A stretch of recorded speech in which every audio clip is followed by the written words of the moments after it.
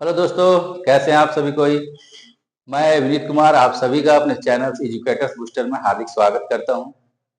हम लोग सिंधु घाटी सभ्यता के विशेषताओं के बारे में पढ़ रहे थे। पिछली एक कक्षा में हमने देखा उसके राजनीतिक संगठन की विशेषताओं के बारे में देखा, उसके समाज के बारे में देखा, उसके आर्थिक क्रियाविधि के बारे में भी अध्ययन किया। आज हम उससे थोड़ा सा आगे बढ़ते हुए देखते हैं कि उनके आर्ट के बारे में देखते हैं, कला के बारे में देखते हैं कि उस समय कला का क्या विकास था। ठीक है, तो यहाँ पर एक पॉइंट लिख लीजिए, कला यानी कला, आर्ट। उस टाइम में आर्ट कैसा था इनका, कला क्या था। कला क्या होता है, कला उस मतलब कि जिस टाइम में कला का विकास होता है उस समय की वस्तुओं को देख करके हम पता लगाते हैं कि उस समाज की सांस्कृतिक विशेषता कैसी थी, लोग क्या सोचते थे। अर्थात मतलब कि कला के अध्ययन के द्वारा उस समाज का प्रतिबिंब होता है, वो उस समाज को जानने की कोशिश की जाती है। कला में हम किन किन चीजों का अध्ययन करते हैं। कला में हम बहुत सी चीजों का अध्ययन करते हैं, जैसे कि देखिए कला में बहुत सी चीजें आती हैं, जैसे भवन का निर्माण, उसके बारे में पढ़ना, संगीत के बारे में पढ़ना, संगीत के बारे में पढ़ना, नृत्य के बारे में पढ़ना। फिर मान लीजिए कहीं किला बना हुआ है तो किला के बारे में पढ़ना। इन सब चीजों का मतलब क्या है, मूर्ति के बारे में पढ़ना, मूर्ति किस तरह की। फिर पेंटिंग यानी चित्रकला के बारे में भी पढ़ा जाता है। इन सब चीजों का अध्ययन किया जाता है कला के क्षेत्र में। तो सिंधु घाटी में कला किस तरह की थी उसके बारे में हम देखते हैं। तो कला के क्षेत्र में इनका विकास के क्रम को अगर हम देखेंगे तो ये कई चीजों को बना रहे हैं, जैसे मूर्ति कला में निपुण है ये। ठीक है, मूर्ति कला। अगला देखिएगा और किस चीज का, ये मुहर बना रहे हैं, मुहर। ठीक, सील। ओके, अगला मनके। ये सब कला के क्षेत्र में आते हैं, इन सभी चीजों का हम अध्ययन करेंगे। मृद भांड, मृद भांड,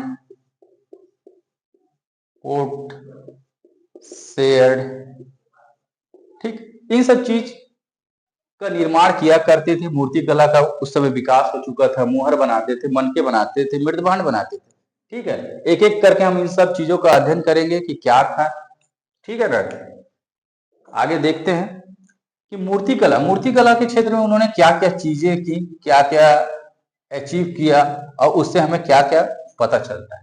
ठीक, एक एक चीज को हम देखते हैं। अब मूर्ति कला के बारे में देखते हैं कि मूर्ति कला कि मूर्ति कला में क्या करते थे। देखिए, मूर्ति कला में ये था कि ये तीन तरह की मूर्तियां बनाते थे, पत्थर की, धातु की और मृण मूर्तियां।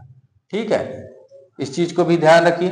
कौन कौन सी मूर्तियां बनाते थे, देखिए ये बनाते थे प्रस्तर की मूर्तियां, इसी को पाषाण भी बोल सकते हैं। ठीक, इस तरह की मूर्तियां बनाते थे। दूसरा देखिएगा, ये धातु की मूर्तियां बनाते थे, धातु की मूर्ति बनाते थे। ठीक है, और पत्थर की मूर्तियां, धातु की मूर्तियां और मिट्टी की मूर्तियां, जिसको मृण मूर्तियां भी कहते हैं, मृण मूर्तियां कहते हैं। इसका निर्माण करते थे, यहाँ पर ब्रैकेट में लिख लीजिए मिट्टी। ठीक है, इन सब चीजों की मूर्तियां बनाते थे, बहुत ही कुशल थे मूर्ति निर्माण में ये। ठीक है ना, कैसे कैसे इन्होंने इसका विकास किया और कहाँ कहाँ से साक्ष्य मिलते हैं, इसके बारे में हम थोड़ा सा अध्ययन करते हैं। ठीक है, मूर्ति कला के बारे में सबसे पहले आते हैं हम प्रस्तर या पाषाण की मूर्ति के बारे में, कि कहाँ से उसके साक्ष्य मिले हैं, क्या क्या विशेषताएं थी उनकी। ठीक है, तो देखिए प्रस्तर या पाषाण की मूर्तियां, पाषाण की मूर्ति। ठीक है, देखिए अगला पॉइंट इसमें, ये मूर्तियां जो बनाते थे वो पत्थरों के बनाते थे और इसके साक्ष्य हमको कहां से मिले हैं। तो आप देखिएगा कि मोहनजोदड़ो, आपको बार बार मोहनजोदड़ो का नाम बताया जा रहा है। मोहनजोदड़ो से बहुत सी चीजें मिली हैं, उसको याद कर लीजिएगा। मोहनजोदड़ो, ठीक। मोहनजोदड़ो से पाषाण मूर्तियां मिली हैं। किस चीज की मूर्ति मिली है? भेड़ की मूर्ति मिली है। ऐसे तो बहुत सारी मूर्तियां मिली हैं, भेड़ की मूर्ति यहाँ प्रसिद्ध है। ये पहले भेड़ की मूर्ति मिली है। फिर इसके अलावा एक और भेड़ की मूर्ति मिली है। इस पत्थर की एक और भेड़ की मूर्ति मिली। उसकी क्या विशेषता है वो और देख लीजिए।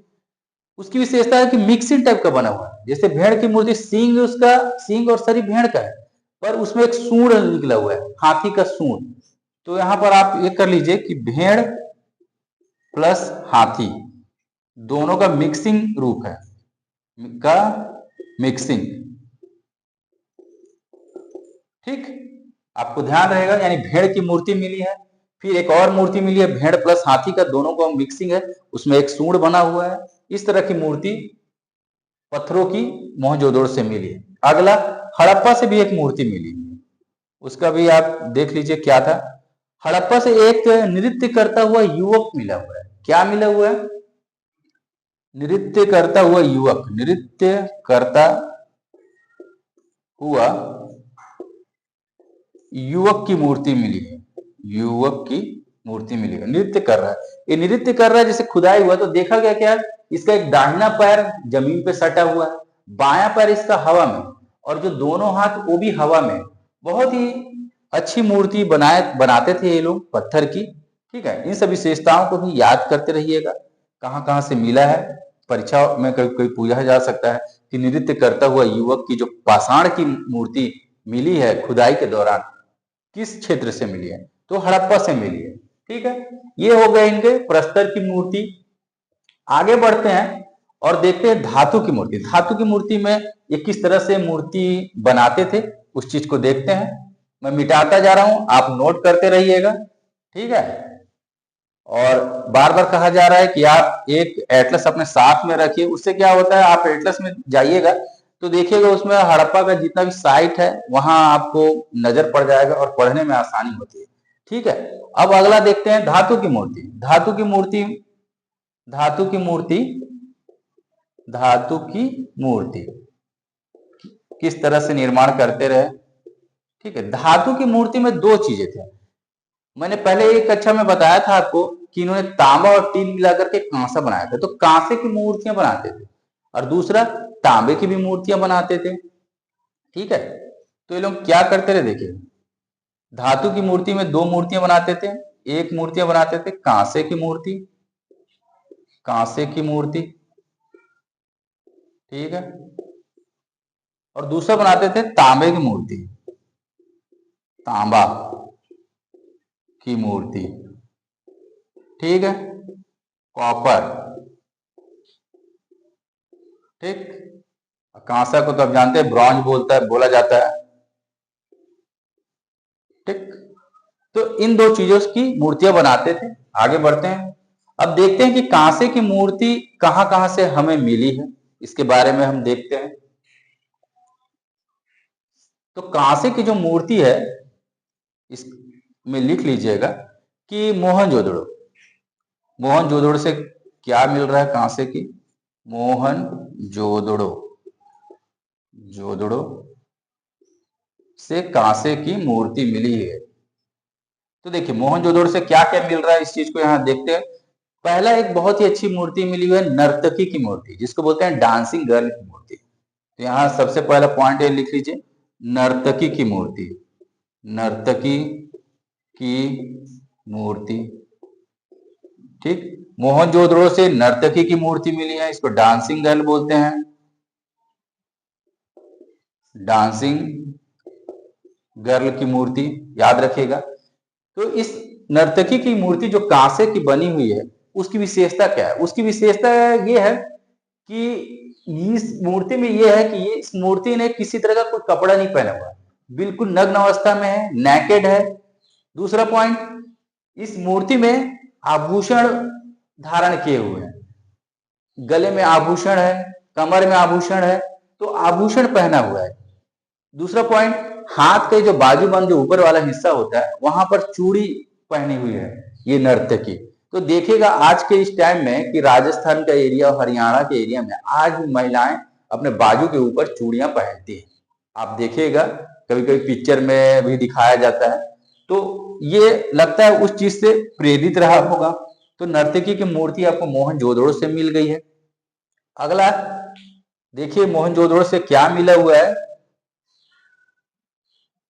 नर्तकी की मूर्ति मिल गई है और मोहनजोदड़ो से क्या मिला। फिर अगला धातु की मूर्ति तो मिल गई है मोहनजोदड़ो से। अब अगला देखते हैं मोहनजोदड़ो के बाद चनहुदड़ो, चनहुदड़ो से क्या मिला है।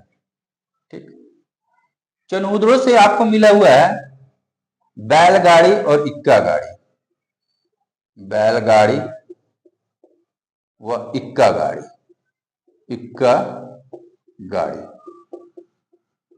ठीक, चनहुदड़ो भी एक शहर था, वहां से खुदाई हुआ बैलगाड़ी और इक्का गाड़ी मिले, वो भी कांसे की ही बनी हुई थी। ठीक है, इक्का गाड़ी के बारे में पहले बता चुका हूं। ऐसा गाड़ी जिसको एक जानवर खींचती हो उसको इक्का गाड़ी बोलते हैं। चाहे उस गाड़ी में मान लीजिए बैल बांधा हो, भैंस बांधा हो, चाहे उसमें घोड़ा बांध दीजिए, लेकिन घोड़ा उस समय उनको जानकारी नहीं थी, तो हो सकता है बैल, भैंस, गधा, इन सब चीजों को गाड़ी में लगाकर एक गाड़ी खिंचवाते होंगे। ठीक है, इक्का गाड़ी। आगे देखते हैं चनहुदड़ो के बाद बैलगाड़ी और इक्का गाड़ी जो मिली है, तो मोहनजोदड़ो हो गया, चनहुदड़ो हो गया, यहां से ये सब क्या है आपको कांसे की मूर्तियां मिल रही है। ठीक है, फिर एक देखिएगा दैमाबाद का नाम हमने शुरू कक्षा में पढ़ा हुआ था, दैमाबाद। ये कहाँ है, महाराष्ट्र में है, ध्यान आ रहा है, महाराष्ट्र में है।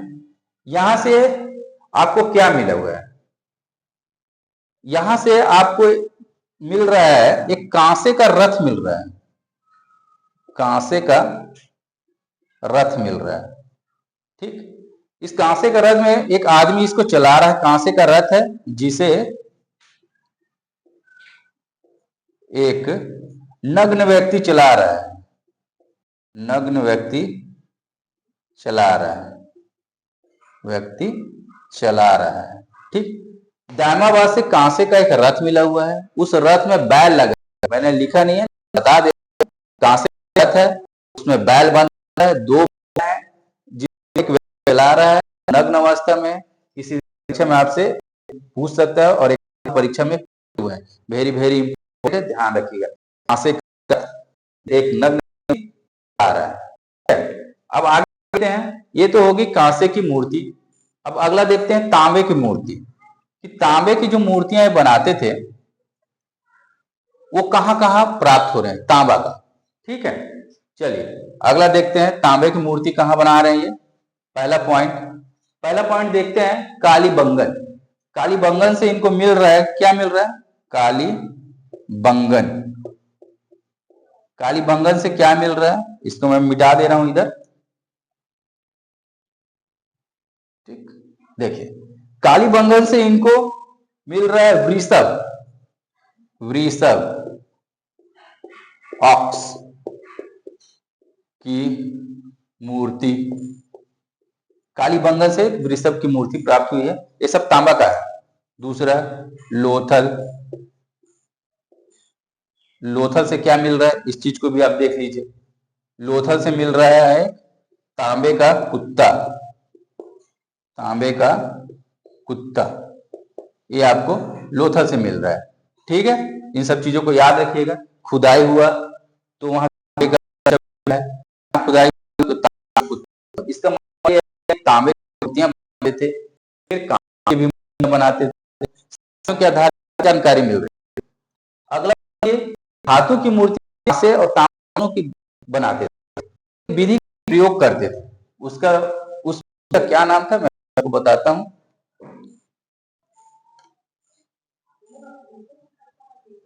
ठीक है, धीरे धीरे आगे बढ़ते हैं, देखते हैं क्या चीज है। ठीक, सबको नोट डाउन कर लीजिएगा। देखिए धातु की मूर्ति में जिस विधि का वे उपयोग करते थे उसको क्या बोलते हैं, उसको बोलते हैं मधु छिष्ट विधि, मधु छिष्ट विधि। इसी का नाम है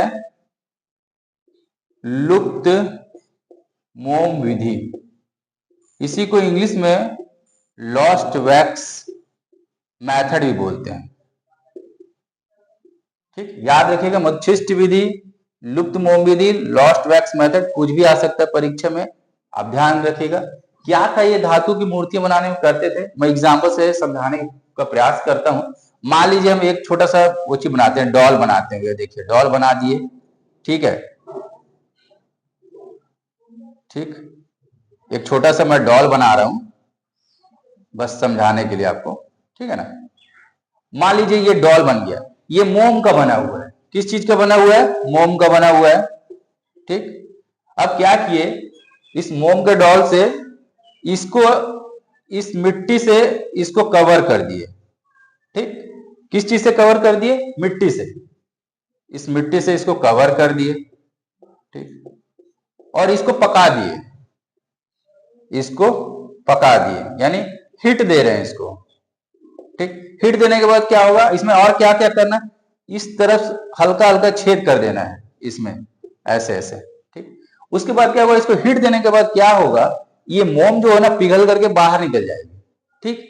और ये सांचा जो मिट्टी का बना हुआ है, जो लेप लगा हुआ है, ये बिल्कुल उसी तरह का गुड्डा टाइप का दिखाई देगा, डॉल टाइप का दिखाई देगा। अब क्या करते हैं, इसमें जो क्या है ना कि चाहे तांबे का बनाना हो, चाहे आप कांसा का बना रहे हो, अब उसको बहुत ज्यादा गर्म करके लिक्विड फॉर्म में उसको बदल करके इसी के अंदर भर दिया जाता था। अब भरने के बाद क्या किया जाता था, इसको कुछ समय कर दिया जाता था। जब ठंडा हो जाती तो धातु ठंडा होने के बाद जम जाता है, जमने के बाद क्या होता था, ये जो ऊपर का जो लेयर है मिट्टी का उसको तोड़ देते थे, फिर इसी फॉर्म में ये दिखाई पड़ता था डॉल। तो या तो कांसे की बन जाती थी या तांबे की बन जाती थी। कहने का मतलब है कि लिक्विड फॉर्म में भर दिए, फिर जो कवर है मिट्टी का वो टूट गया, तो फिर डॉल की प्राप्ति हो जाती थी, ठीक है ना। इसी को मध्यस्थ विधि, लुप्त मोम विधि या लॉस्ट वैक्स मेथड के नाम से जानते हैं, याद रखिएगा। तो ये तो हो गया इनका धातु मूर्ति कला, जिसमें प्रस्तर की मूर्ति, धातु की मूर्ति, ये सब बनाते थे। अगला क्या है, मृण मूर्तियां, यानी मिट्टी की मूर्तियां। धातु की मूर्ति के बाद मृण मूर्तियों के बारे में हम देखते हैं, किस तरह की बनती थी मिट्टी की मूर्तियां, ठीक। अब अगला देखिए, मृण मूर्तियां,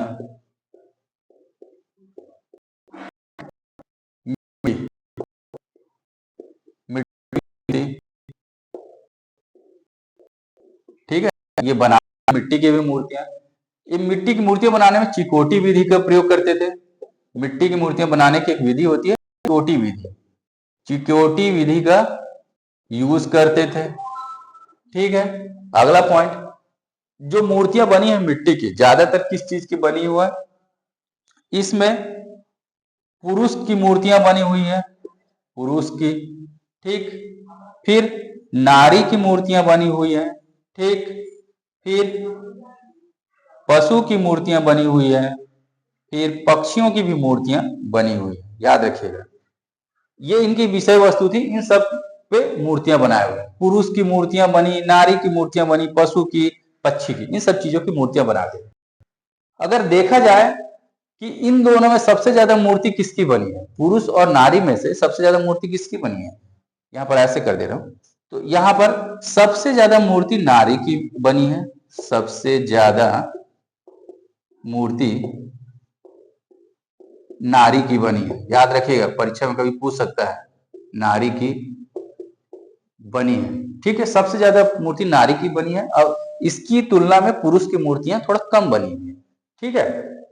और आपसे ये पूछ दे कि पुरुष और नारी के अलावा जो पशु पक्षी की मूर्तियां बन रही हैं, तो सबसे ज्यादा किसकी बनी है, तो इनसे भी ज्यादा इन दोनों की मूर्तियां बनी, यानी पशु पक्षी की मूर्तियां ज्यादा बनी है, पशु पक्षी की मूर्तियां, पक्षी की मूर्ति सर्वाधिक बनी है, सबसे ज्यादा सर्वाधिक बनी है, ठीक है। इस चीज को ध्यान रखिएगा। इन दोनों में नारी की मूर्ति ज्यादा बनी है, लेकिन ओवरऑल देखा जाए तो सबसे ज्यादा पशु और पक्षी दोनों की मूर्तियां सबसे ज्यादा बनी। सबसे इंपॉर्टेंट चीज ये है कि नारी की मूर्ति इन दोनों में सबसे ज्यादा बनी है, लेकिन भारत में नारी की मूर्तियां कहाँ प्राप्त हुई है? तो देखते हैं कि बनवाली में दो नारी की मूर्ति मिली हुई है, मूर्ति मिली है। इस चीज को ध्यान में रखिएगा। वनवाली में दो नारी की मूर्ति मिली है, ठीक है। और नारी ये सब क्या है? मिट्टी की बनी हुई है। सबसे बड़ी विशेषता यह है कि हमारे यहाँ मतलब कि सिंधु घाटी से संबंधित बहुत सारे नगर, मतलब कि धौलावीरा, लोथल, कालीबंगा, सुटकोतदा, रोपड़, बनवाली, ये पूरा क्षेत्र ही था सिंधु घाटी सभ्यता का। लेकिन नारी की मूर्ति सिर्फ एक जगह मिली है, वो भी दो, बनवाली में।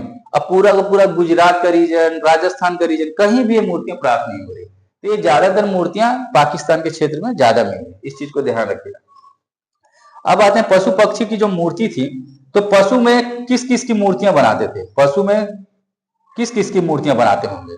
तो जाहिर सी बात है, हाथी की मूर्ति, बाघ, हिरण,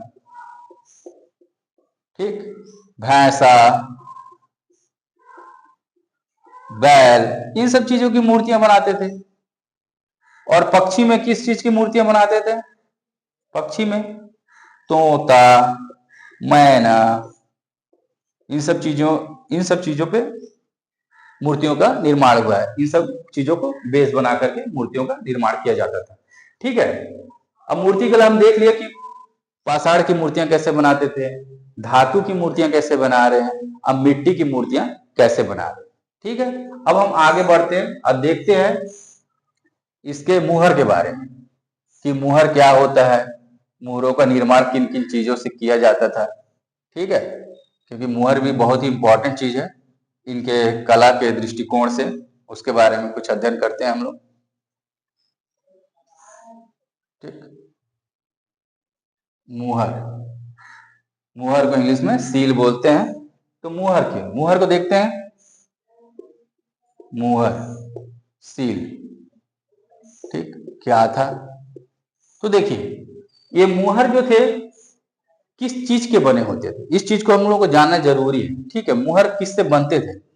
तो किससे बनते थे? किससे बनते थे? तो देखिए ये किससे बनते थे? ये कई चीजों से बनते थे, जैसे सेल खड़ी, पत्थर होता है, कि चर्ट, फिर गोमेद, ठीक, मिट्टी से भी मुहर बनता था। सब चीजों से मुहर बना। सेल खड़ी को स्टेटाइट बोलते हैं, ठीक, सेल खड़ी। तो कहने का मतलब सेल खड़ी से मुहर बनते थे, चर्ट से बनते थे, गोमेद से बनते थे, मिट्टी से बनते थे।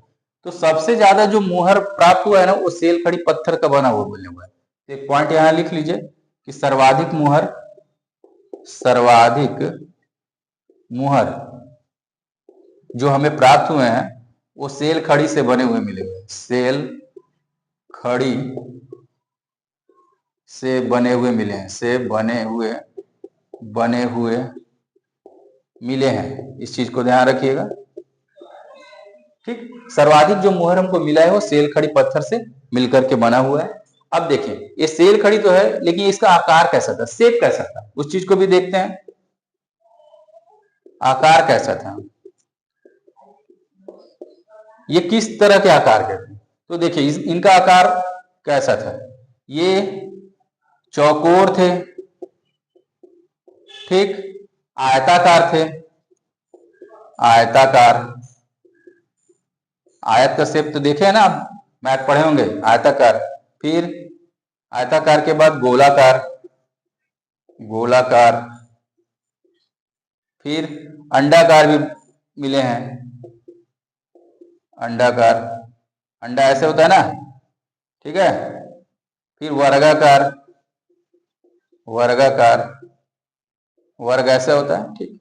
तो इस तरह का शेप के आकार का ये मुहर मिला हुआ है, ठीक। अब आगे देखते हैं कि ये कहां कहां मिले हुए हैं, कहां इनकी प्राप्ति हुई है, चीजों को भी हम देखते और अध्ययन करते हैं। इसको नोट डाउन करते रहिएगा, पढ़ते रहिएगा, ठीक है ना। अपना एक नोट्स होना बहुत जरूरी है पढ़ाई के लिए। तो हम देखते हैं कि कहाँ कहाँ ये मिल रहा है। ठीक, तो मुहर देखिए, मुहर मुहर में क्या क्या प्रसिद्ध था उस चीज को देखते हैं, मतलब कौन कौन सा मुहर ज्यादा फेमस थे, ज्यादा मिले हुए हैं। तो पहला देखिएगा, एक श्रृंगी का, एक श्रृंगी पशु, एक श्रृंगी पशु की मुहर ज्यादा प्रसिद्ध थी, मिली थी। एक श्रृंगी यानी एक सिंग वाला पशु। फिर कुबड़ वाला बैल, कुबड़ वाला बैल, ओके। फिर हाथी, ठीक। इस तरह की मोहरें ज्यादा मिली, मतलब कि बहुत सारी मोहरें जिसमें एक श्रृंगी पशु है, कुबड़ वाला बैल है, हाथी है, ठीक। इस तरह की मोहर मिली है। सबसे ज्यादा जो मोहर मिली है ना, इसकी मिली है, ध्यान रखिएगा। एक श्रृंगी पशु की मोहर सर्वाधिक मात्रा में प्राप्त हुई है, लिख लीजिए इस पॉइंट को। एक श्रृंगी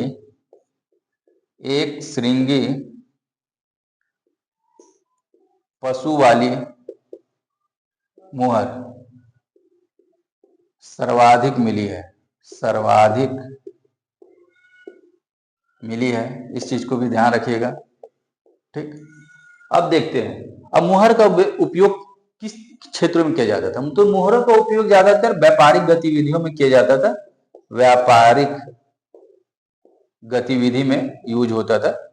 मुहरों का उपयोग छाप उप लगाने के लिए होता था, व्यापारिक गतिविधि में यूज होता था मुहरों का उपयोग, ठीक है। इतना ध्यान रखिएगा आपको। अब आगे बढ़ते हैं कि जो मुहर थे, एक बहुत ही इंपॉर्टेंट है मुहर, उसको याद रखिएगा कि एक मुहर मिली है मोहनजोदड़ो से। उसके विषय में थोड़ा सा जान लीजिए कि मोहनजोदड़ो से एक मुहर मिली है, पशुपति शिव की मुहर, पशुपति शिव की मुहर, ठीक। तो मोहनजोदड़ो से क्या मिला हुआ है मुहर, पशुपति शिव की मुहर मिली हुई है। इसकी कुछ विशेषताएं हैं।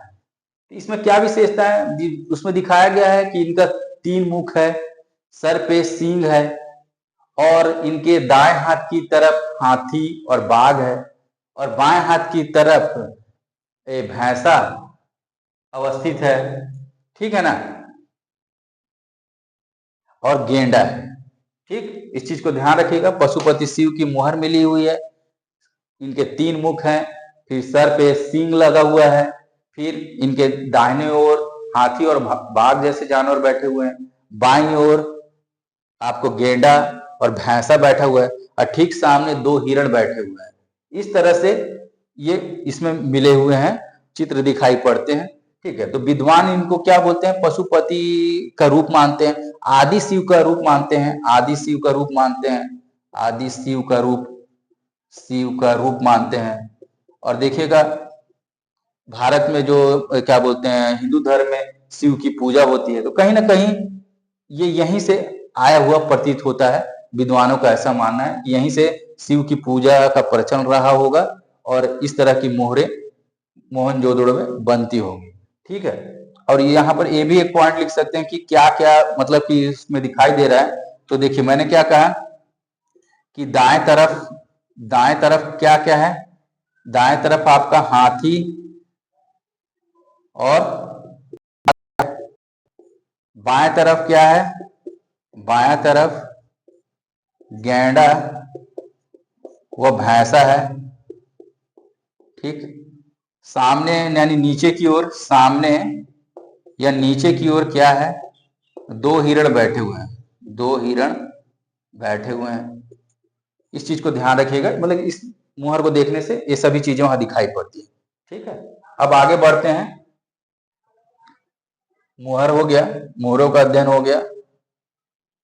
अब देखते हैं मनके। तो मनके के बारे में आपको पता ही है, मनके बनाने के कारखाने कहाँ से मिले हुए। मनके बनाने के आपको कारखाने मिल जाएंगे, वहाँ क्या बोलते हैं, चनहुदड़ो और लोथल से आपको मनके बनाने का कारखाना मिला हुआ है। इन सब चीजों का आपको पता है, ठीक है ना। देखते हैं, तो यहाँ से लिख लीजिए मनके। मनके के बारे में भी 1-2 पॉइंट लिख लीजिए कि मनके सबसे ज्यादा किस शेप के बने होते थे। तो बेलनाकार शेप के ज्यादा मनके बने हैं, बेलनाकार सेब के मन के ज्यादा मिले हैं। और क्या था ये मन के बनाने का, आपको कारखाना भी मिला हुआ है। कहाँ मिला हुआ है? चनहुदड़ो और लोथल से। एक इस पॉइंट को भी याद रखिएगा, पिछले कक्षाओं में भी बता दिया हूं लेकिन फिर लिख देता हूं मैं। चनहुदड़ो व लोथल से कारखाना मिला हुआ है। लोथल से मनके बनाने का कारखाना। इसमें इतना ही पॉइंट याद रखिएगा, ठीक। मनके। अब अगला हम क्या पढ़ लिए? हम पढ़ लिए धातु की मूर्तियों के बारे में पढ़ लिए, यानी मूर्ति कला के बारे में अध्ययन कर लिए। मनके के बारे में एक दो पॉइंट देख लिए, फिर मुहर के बारे में देख लिए। अगला पॉइंट देखिए मृदभांड के, कि मृदभांड यानी बर्तन, ठीक, कैसे बनाते थे वो? मृद भांड, पोटसेड, ठीक है, कैसे थे? तो देखिए मृद भांड के बारे में इनकी विशेषता ये थी कि ये लाल रंग के होते थे, लाल रंग के बने होते थे। इस चीज को याद रखिएगा, ठीक। इसमें अगला पॉइंट रखिएगा, काले रंग से अलंकरण किया जाता था, यानी काले रंग से चित्रकारी की जाती थी, यानी अलंकरण काले रंग से होता था, काले रंग से होता था, ठीक। अब अगला पॉइंट, जब काले रंग से हम रंग देते थे तो उस पर कुछ चित्रकारी की जाती थी। चित्रकारी में भी कई प्रकार के थे, ज्यामितीय रूप से चित्रकारी की जाती थी और पेड़ पौधों की भी चित्रकारी की जाती थी। तो यहां पर देख लीजिए, ज्यामितीय रूप से चित्रकारी की जाती है, ज्यामितीय रूप से चित्रकारी। इसका मतलब मैं समझा देता हूं। चित्रकारी यानी बर्तन के ऊपर इस तरह का आकार, ये देखिए त्रिभुजाकार है, आयत बना हुआ है, वर्ग बना हुआ है, इस तरह के रूप को ज्यामितीय रूप बोलते हैं। इस चीज को ध्यान रखिएगा। और फिर और भी चीजों का चित्रण किया जा सकता है, जैसे पीपल के वृक्ष बने हुए हैं उस पर, ठीक। फिर हिरण के चित्र बने हुए हैं, ठीक। फिर बैल बना हुआ है, मोर बना हुआ है, ठीक, तोता बना हुआ है, ठीक। मतलब कि पीपल के वृक्ष, हिरण, बैल, मोर, तोता, ताड़ का वृक्ष बना हुआ है। इन सब चीजों को वो अपने बर्तन पे दर्शाते थे चित्र के माध्यम से, इस तरह से बने होते थे। इस सब चीजों को याद रखिएगा। एक और चीज को याद रख लीजिए, एक एग्जाम्पल